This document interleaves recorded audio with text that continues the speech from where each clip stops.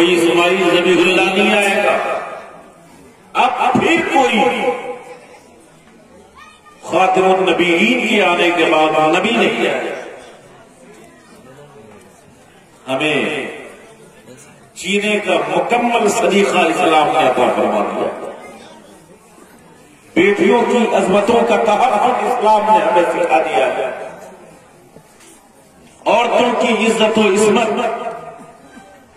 کیا ہے وہ ہمیں اسلام نے بتا دیا ہے۔ حالات ابھی خراب نہیں ہیں، حالات اس وقت خراب تھے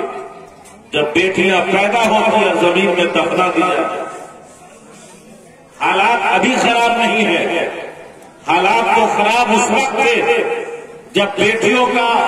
ہو جانا کسی خاندان کے لیے باعث ننگ و عار تھا۔ حالات اب خراب نہیں ہے، حالات تب خراب تھے جب ایک بیٹی کا باپ کہلانا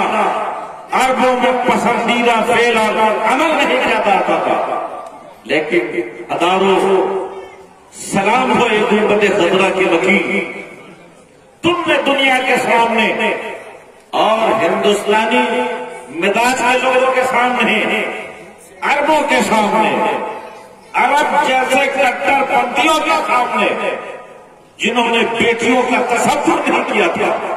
جنہوں نے عورتوں کے ساتھ عزت و عظمت کا کبھی تصور نہیں کیا تھا، بیٹیاں پیدا ہوتے ماری جائے، بیواؤں اور ایسی عورتیں جو ان کے مخصوص معاملات ہیں ان عورتوں کے ساتھ جو اصول اور ضابطہ تھا عرب کا اتنا گھناؤنا تھا کہ ایک عورت کو صحیح معنوں میں تھوڑی بھی عظمت کی نگاہ سے نہیں دیکھا جاتا تھا۔ ایسے ماحول میں ایک انقلاب آیا، ایسے ماحول میں ایک چینجنگ ایسی رونما ہوئی، اور صرف زبانی طور پہ نہیں بلکہ عملی طور پہ ہوئی۔ جب عمل کیا ہے تو سب سے پہلے پیارے مصطفیٰ نے کیا فرمایا ہے؟ فرمایا ہے سنو، انا ابو البنات،